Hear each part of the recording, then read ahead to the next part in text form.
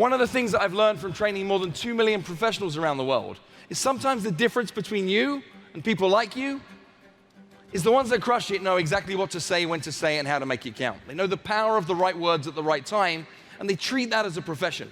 They do the work before the work to be ready to be able to make that difference. Phil Jones' keynote this morning to me was empowering. It was engaging. He's one of the better speakers I've seen. I've seen a lot of great speakers. It's going to make a difference in my business. Let's put it that way.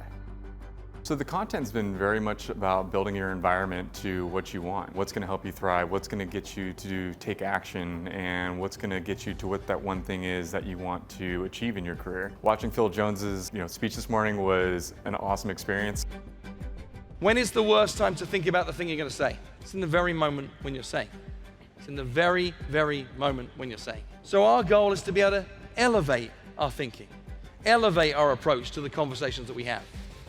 Really, there are only a few things that we need to be able to get better at if we're to look to be able to perform at hyper levels of performance right now. And if I asked a room full of people whether they wanted to do good at something, to do better at something, or do their best at something, what do you think most people pick?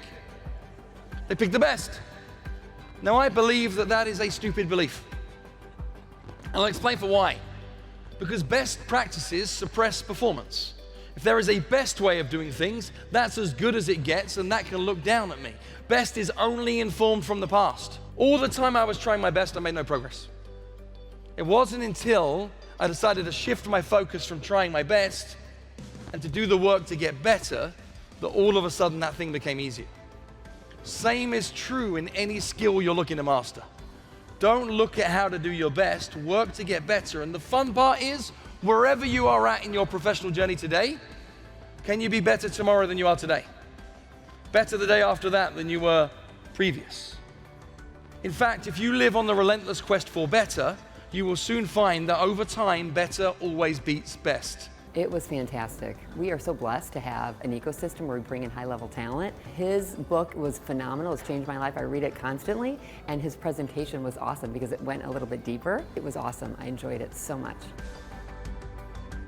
Phil was amazing today.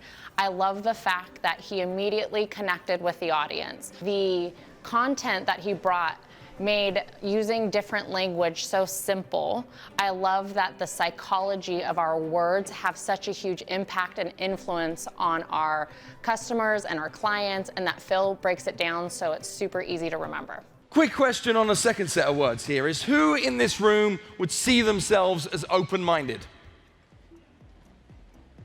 Take a look around, people, that's somewhere near everybody. I'm pretty sure the other hands wouldn't have raised regardless of what I asked.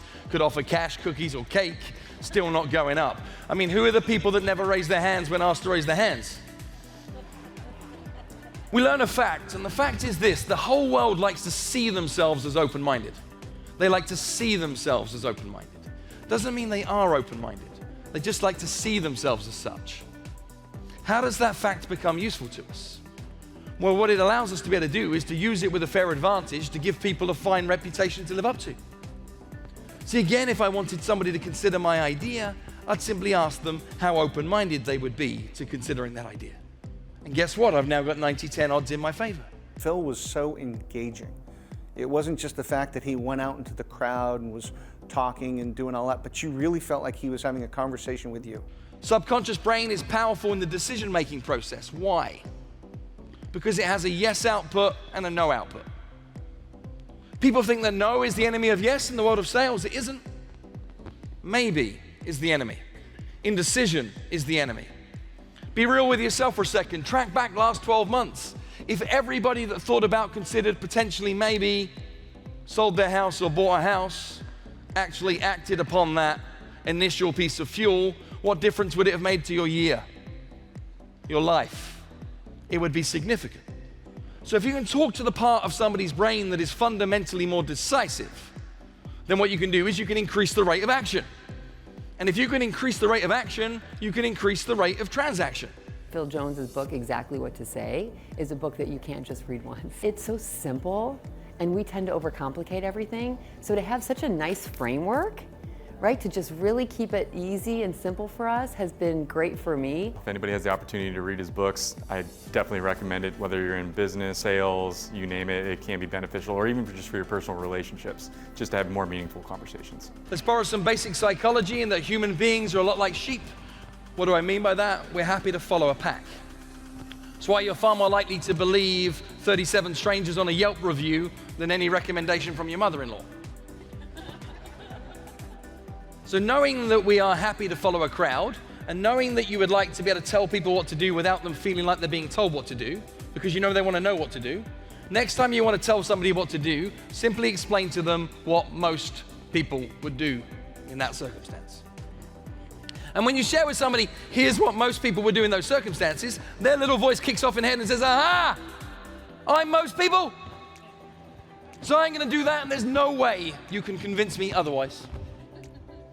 And I know what at least 12 of you in the room are thinking.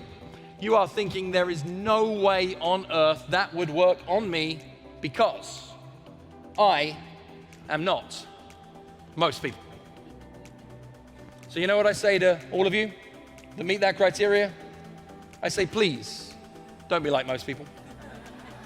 This was not a book that you just want to sit back and listen to. This is a book that you want to interact with. This is a book that you want to take notes on, and this is a book that you want to take action on. I've been Phil Jones. I would like you, please, pretty please, to stop just counting your conversations. Instead, start making more of those conversations count. And I know that together we can make this entire industry so much better when we raise to pro level. So thank you for listening.